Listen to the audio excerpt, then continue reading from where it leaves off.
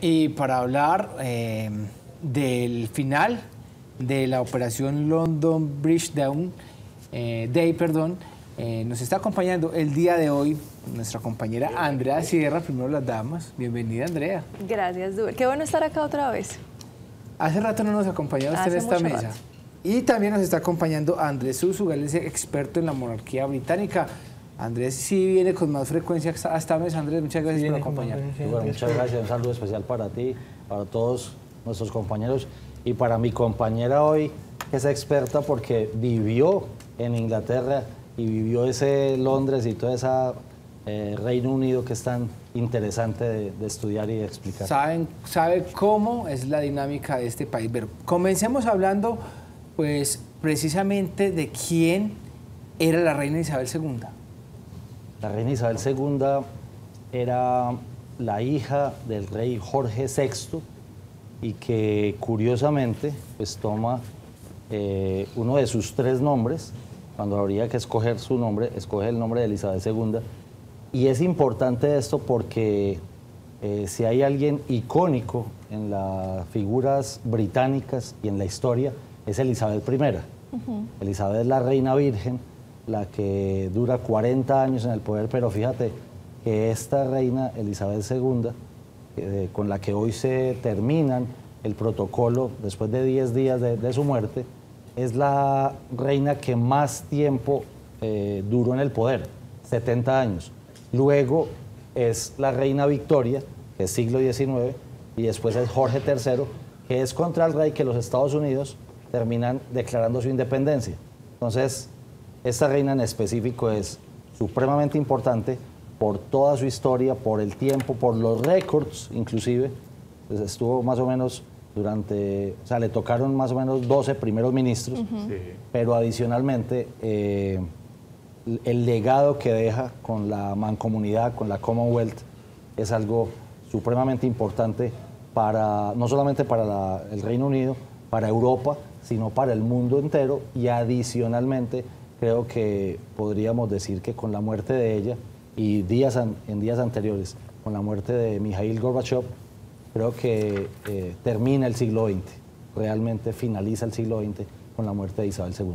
A mí me llama poderosamente la atención algo, y es empezar antes de saber quién es Isabel II, y es ¿qué es una monarquía? ¿De dónde sale eso? Y realmente bajo qué se constituye una monarquía. Porque hablamos de la reina, pero... Ajá. Que son dos conceptos distintos. Y que son muy importantes, y sobre todo en este momento. Pero mire, más allá de establecer que es una monarquía, María Andrea, porque digámoslo, que una forma muy simplista de resumirlo es al fin y al cabo una forma de gobierno heredada que se viene dando, donde hay una única concentración de poder. ¿Por qué le digo que la pregunta no sería por ahí, sino es cómo se divide el poder en un estado o en un territorio en donde confluyen a la vez un jefe de Estado con un jefe de gobierno, que es la figura que se da precisamente en estos países que todavía tienen figura monárquica. Y estamos hablando que se puede dar precisamente en España, en donde hay un jefe de gobierno, presidente del gobierno español, versus el rey, que es el jefe del Estado. Y es la misma figura que se presenta en la Inglaterra y en esta figura de la monarquía con la reina Isabel II. Y ella hace esas veces de jefe del Estado, y usted hacía una pregunta fuera de cámara, si es qué tanto poder político en realidad ejerce o si es solamente simbólico que todavía se tiene. Y la respuesta es ante quién toma juramento el primer ministro británico o el primer ministro inglés, y es ante la monarca, porque sigue siendo esa figura de jefe de Estado. Ahí es donde confluyen. Y es un poder que es hereditado, es un poder que tiene muy claro ese linaje al que se sigue.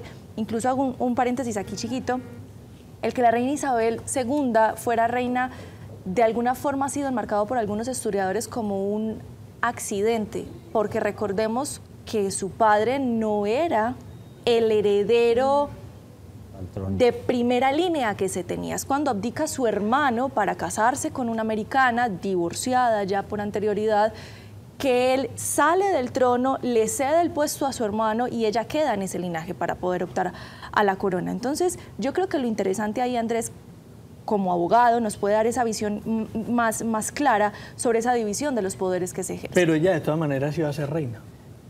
Ella hubiera sido reina. Ella seguía en el trono, en la línea de sucesión, Pero fíjate que no era tan claro, porque si hubiera sido Eduardo Sí. quien asumiera, de pronto no le hubiera tocado a ella nunca, porque nunca hubiera asumido Jorge VI, que era su padre, que recomiendo, a mí me gusta mucho enseñar con películas, recomiendo para que vean más o menos cómo fue la ¿Y situación. ahí cómo habría cambiado el asunto? En 1936. Yo creo que si Jorge VI hubiera durado más tiempo, de pronto ella no hubiera podido acceder al poder tan joven. Tan joven, pronto, y no hubiera sí. durado tanto tiempo. La película que les quiero recomendar en ese tema es El discurso del rey, que es de hace algunos años, no sé, Sí, hace es maravilloso, esa 5 o película. 6 años. El rey que era tartamudo, que se le dificultaba muchísimo y les tocó hacer una terapia muy grande para poder que diera el discurso en plena Segunda Guerra Mundial, que era un tema crucial. ¿Qué? Ese es el papá de Elizabeth II. Que entre otras cosas las terapias se enfocaban mucho en ese momento en relajación pulmonar por medio de fumar cigarrillo. Recordemos que por lo que muere Jorge VI es al fin y al cabo por un cáncer de exactamente. pulmón. Ella se entera cuando está fuera del Estado en representación de la monarquía en uno de los viajes que está haciendo. Claro, y adicionalmente porque ella, la verdad es que se había casado con un oficial naval, que era Philip Mountbatten, que era también de la Casa Real griega, pero él había estudiado, cuando lo conoció a él era simplemente un cadete en formación en la Escuela Naval Británica. Entonces, luego de que se casan, él ejerce su carrera, viven en Malta inclusive, la reina vivió en Malta como la simple esposa de un oficial naval, y fíjese que después lo que les toca asumir es algo muy grande que no lo tenían como tan planeado, como si lo pudiera tener planeado en ese momento, por ejemplo, William, que es el heredero al trono, el hijo de Charles III, que acaba de recibir. Entonces uno dice, ¿qué es una monarquía? Es una forma de gobierno donde hay certeza de a quién le toca el poder en determinado tiempo. Creo que esa certeza es lo que más da algo de seguridad, porque en las democracias, fíjate que ahorita vamos a hablar de otra cosa, en las democracias básicamente lo que decimos es, cada 4 años, cada 5 años o cada 6 años nos jugamos una ruleta rusa a ver esto cómo sale. Con el que elegimos... No hay certeza. Exacto, no hay certeza. Lo que vende las monarquías es, la certeza es lo que está ahí. ¿Y cómo surge esa? Y muchas. Que ahí es donde está la falta de legitimidad, le podrían decir. ¿Y a ustedes quién les dijo que la familia Windsor era la que le tocaba? ¿Por qué no pudo ser la familia, otra cosa, la familia Parker? ¿O por qué no pudo ser la familia...? ¿O por qué no continuaron los Tudor? ¿Por qué no continuaron? Entonces, ¿sí me entiendes? Dicen, la certeza es, sigue fíjate que en este momento hoy tienen la seguridad de que si abdica Charles, que acaba de asumir, pero y que no se ha hecho la ceremonia de posesión, ¿sí se han dado cuenta, no? ¿De coronación se llama? De coronación, exacto, que la hace el obispo de Canterbury, allá en la misma abadía de Westminster. Si él abdica, que es lo que aquí entre nos mucha gente espera, porque él no tiene el suficiente carisma para que el pueblo lo quiera tanto, ya todo el mundo sabe que sigue William. Y si William le sucede algo, que espera uno que no es un muchacho como de 40 años, sigue su hijo Jorge, que tiene 9. Y si él no, entonces sigue su hija, no recuerdo el nombre, la hermanita del Charlotte. Exacto. Pero fíjate una cosa, hasta 2011 todavía había problemas para que recibiera una mujer el trono, y en 2011 se hace un cambio constitucional, porque eso es una monarquía constitucional desde 1699 con Guillermo III de Orange, para que no haya ningún problema en que si sigue una mujer como heredera al trono, como es el príncipe de Gales en este momento, que lo pudiera recibir solo desde 2011, hace 9 años nada más. ¿En qué radica la importancia de la muerte de Isabel II? Yo creo que es un tema geopolítico muy grande, más de lo que la gente lo ha visto. Más allá de toda la pompa y circunstancia, acudo a una canción muy británica que se vive en torno a sus funerales, al cofre viajando por Irlanda, por Escocia, Gales. Más que eso, que es toda la ceremonia interna, yo creo que el mundo, y como lo dije ahorita, finaliza el siglo XX, pero creo que adicionalmente se empiezan a ver afectados los temas de relaciones internacionales y de geopolítica. Porque esa mancomunidad, que es algo tan grande, son más de 50 países, y países tan importantes como Australia, como la propia Canadá, como Jamaica, como lo fue en algún momento India, esos protectorados donde ella ejercía lo que le quería explicar a Duber desde el principio, por qué el puente de Londres está roto. ¿Ella qué significaba? La unidad. La operación que se llama así, London Bridge is Down, se rompió el puente de Londres, se rompió la unidad. El puente une dos cosas y en ese momento deben salir a buscar que llegue la unidad, que es lo que creería yo, en un concepto muy personal, no va a ofrecer muy fácilmente Carlos III de Inglaterra. Y miren, muy rápidamente, muy cortito, nosotros acabamos de vivir, de pronto lo más cercano que hemos tenido ha sido ese Brexit, esa salida de Gran Bretaña de la Unión Europea. Y recordemos que a raíz de eso también se dan otras inquietudes de separación. Por ejemplo, la situación de Irlanda y la situación de Escocia se va a empezar a conversar otra vez, porque la figura de la reina seguía siendo lo que lo sigue uniendo. Hay que entender que cuando estamos hablando de la Gran Bretaña estamos hablando de un conjunto de islas que se están manteniendo juntas por un ideal, que tienen unos estados. En la Gran Bretaña entonces está Inglaterra, está la Gran Bretaña, está el Reino Unido, está Inglaterra, que son las diferentes divisiones políticas y geopolíticas que se presentan, y con la caída de la reina van a empezar ciertas discusiones sobre hacia dónde va ese ritmo, hacia dónde va nuestra economía y hacia dónde van nuestras relaciones comerciales. No en la misma magnitud, pero para que tengamos un símil con lo que sucedió con el Brexit, es empezar a analizar cómo se van a dar esas relaciones comerciales entre esos estados.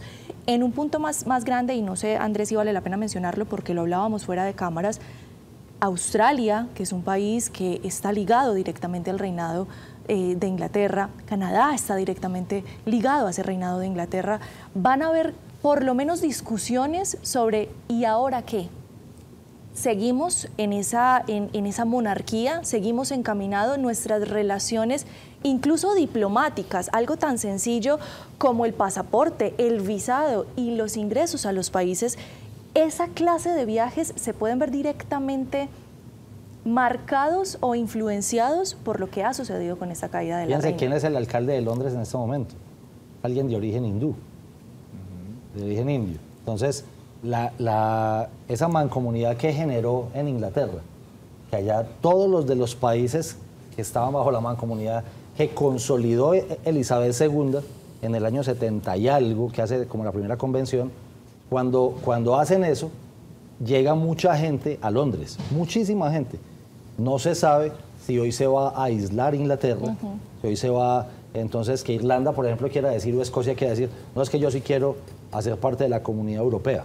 Yo quiero hacer parte, sáquenme a mí el cuento del Brexit. ¿Por qué? Porque esa unidad que representaba el puente de Londres, la unidad que era Elizabeth II, hoy cuando cayó, entonces lo que podría pasar es una desbandada de muchísimos países, y eso evidentemente cambiará toda la geopolítica, no solamente desde el punto de vista económico. Inclusive, imagínense que Inglaterra quiera decir, que lo está diciendo, yo no quiero hacer parte de la OTAN. ¿Por qué? Porque yo no quiero apoyar la contraguerra que se le quiere hacer a Rusia con el tema de Ucrania. Y entonces los otros digan, no, pero Irlanda sí quiere apoyar. No, pero es que Escocia tiene intereses en que sí quiere apoyar porque hay algunas empresas. Esa unidad no es solo la muerte de Elizabeth, Mary, de Windsor, sino que hay que entender todo lo que pasa con esta muerte, porque fueron 70 años de cierta y relativa calma o de cierta y relativa estabilidad, que hoy empiezan a moverse a nivel mundial y no sabemos qué pueda venir de ahora en adelante. Andrea, dentro de la experiencia, porque estabas allá y viviste varios años, varios meses, ¿qué es y qué implica esta operación y cómo se vive esa operación del puente de Londres ha caído? ¿Cómo la viven las personas? ¿Y cuál es el detalle dentro de estos 10 días que hemos visto acá como colombianos muy parroquianos, como que es todo esto? Y es absolutamente gigante, María. Mira, lo conversaba. Es que una cosa es la institución de la monarquía y una cosa es la institución que nosotros tenemos como la realeza británica, y otra cosa totalmente gigante y abrumadora es la institución de la reina en sí misma. Isabel II logró hacerse un nombre tan grande por esa unidad que logró, por los simbolismos que ella era, que para el británico, sea que apoye o no apoye, porque los movimientos que no apoyan a la monarquía son supremamente fuertes en Europa generalizado, sea que la apoyen o no, tienen cierto arraigo por la reina. de las experiencias que me tocaron. Y sin importar el estrato, ¿no? Sin importar el Ricos estrato. y pobres. Cuando es el cumpleaños o ¿Sí hay cuando pobres era, en Inglaterra? cuando era la celebración del cumpleaños, En todas partes hay pobres. en todas las capillas sonaban las campanas, habían cañonazos por parte de todo el ejército y la armada en la celebración, que eran 2 celebraciones de cumpleaños, también valga la redundancia, el día que ella nació y el día que es coronada, es celebrado en Inglaterra y es un movimiento, entre comillas, de jubileo, por lo menos de reconocimiento.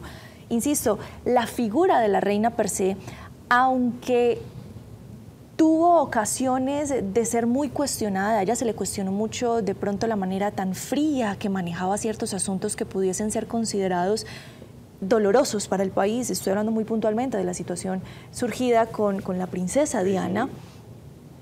Aún cuando se le cuestionase eso, ella era reconocida. Y miren, de los reconocimientos que a ella más le valieron es que ella, estando muy joven, no solamente tuvo que asumir ese reinado, ser la líder del Estado, sino que además le tocó enfrentarse a la guerra.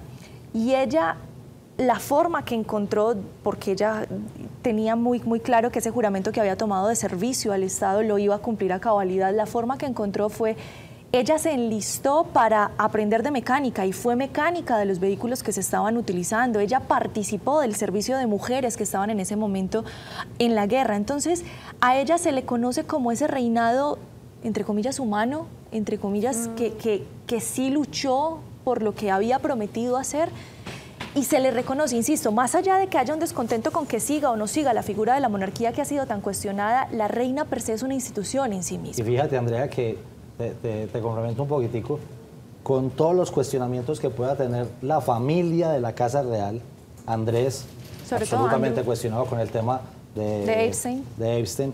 El propio Carlos, con el tema de Camila, con el tema de Lady Di, hay la propia hermana de Carlos, Ana, que se separó después de una cantidad de escándalos. Todo lo que ha pasado allá adentro, la reina nunca tuvo un escándalo de ella propia. Siempre estuvo impecable, siempre un postrecito. Y adicionalmente creo yo que inclusive ya a una edad muy avanzada, ella aprendió que la calidez tenía que empezar a abrir la monarquía hacia el pueblo y se da uno cuenta de por qué se vuelve inclusive parte de la cultura pop.